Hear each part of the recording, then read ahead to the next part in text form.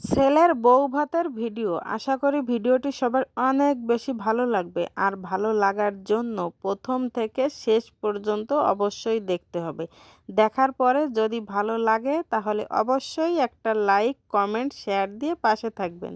আর পুরো ভিডিওটা জুড়ে আছি আমি লিপি।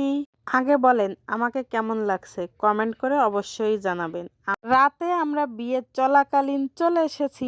আসার পর আমরা কিন্তু দিদির বাড়িতে গিয়েছিলাম, কিন্তু সেখানে যে পরিমাণ শব্দ, বক্সের শব্দে আমার মনে হচ্ছিল আমার ব্রেন নাচানাচি করছে। তার কারণে রাত্রেবেলা আমরা বাড়িতে চলে এসেছি।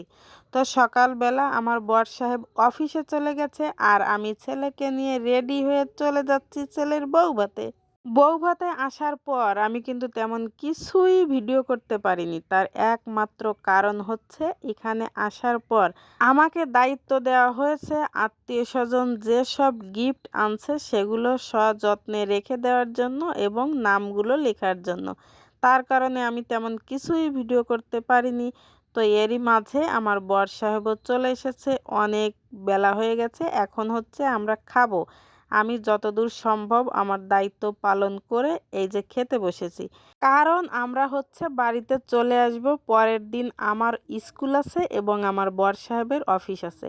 তার কারণে দেরি না করে আমরা তাড়াতাড়ি খেতে বসে গেলাম। আর খাবারগুলো এত মজা হয়েছিল, অনেক প্রকারের আইটেম ছিল, পোলাও, ডিম, মাংস, মাছ, দই, মিষ্টি, আরও ডাল। খাওয়া দাওয়া শেষ করে যখন চলে আসছিলাম আমি হালকা হালকা সবার একটু ভিডিও নিয়ে নিচ্ছিলাম।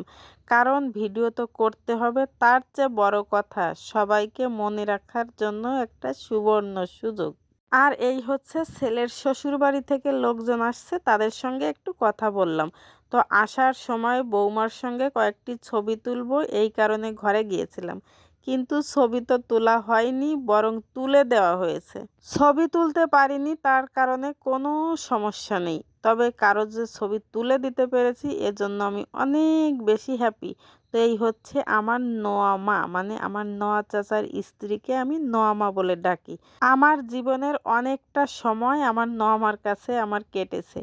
এই কারণে আমি নোয়া মার সাথে অনেক ফ্রি। সেও আমাকে মন খুলে সব কিছু বলে, আমিও তাকে আমার মনের যত কষ্ট, ভালো লাগা সব কিছুই শেয়ার করতে পারি।